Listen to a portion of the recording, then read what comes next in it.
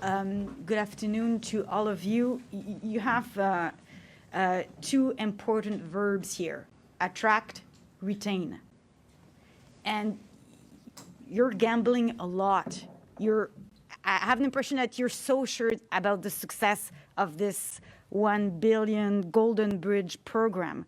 Why are you so sure that you will be able to attract nurses and retain them in the public health sector? First, because what Mrs. Lebel has done in the collective agreement, she has negotiated what the personnel was asking first, because we did not invent things that they wanted. We negotiated what they wanted. We said, what do you need? We need more more stability. You want to remove the obligation on overtime and all those things that you know. So we did it in the convention. Now, I think the clear point is for me to make this land. I want to touch the ground, because usually those collective agreements, it takes months to be applied, because they're being, after that, discussed, managed locally. We don't have the time for that. So we're not inventing what we will implement. We will implement what has been negotiated in the collective agreement. So I wouldn't say that we are taking a gambling. The thing that we're taking is we're having, because we can, the government can, we have the financial resources to accelerate this implementation.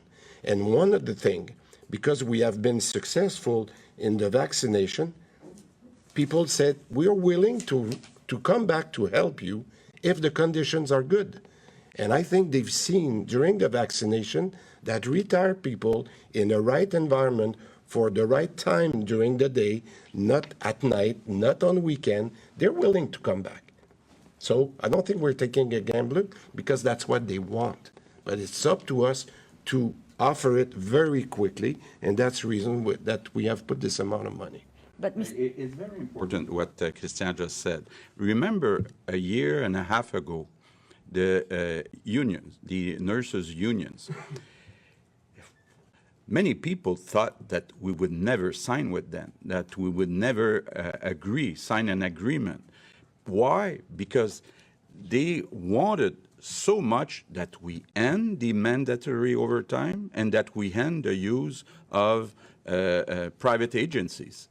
And they finally, with Sonia, signed the agreement. So unions also thought that it's a good solution for their problem. So I think that we're both in the boat.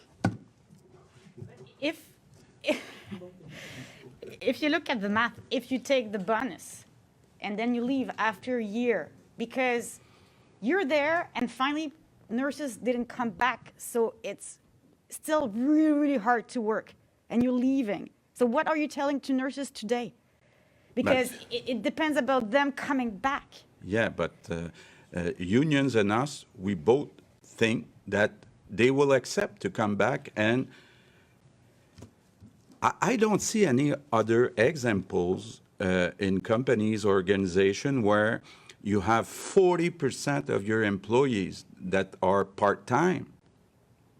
Why is that? Because there are some kind of incentives that were put together through the years where you make more money being part-time with overtime paid twice.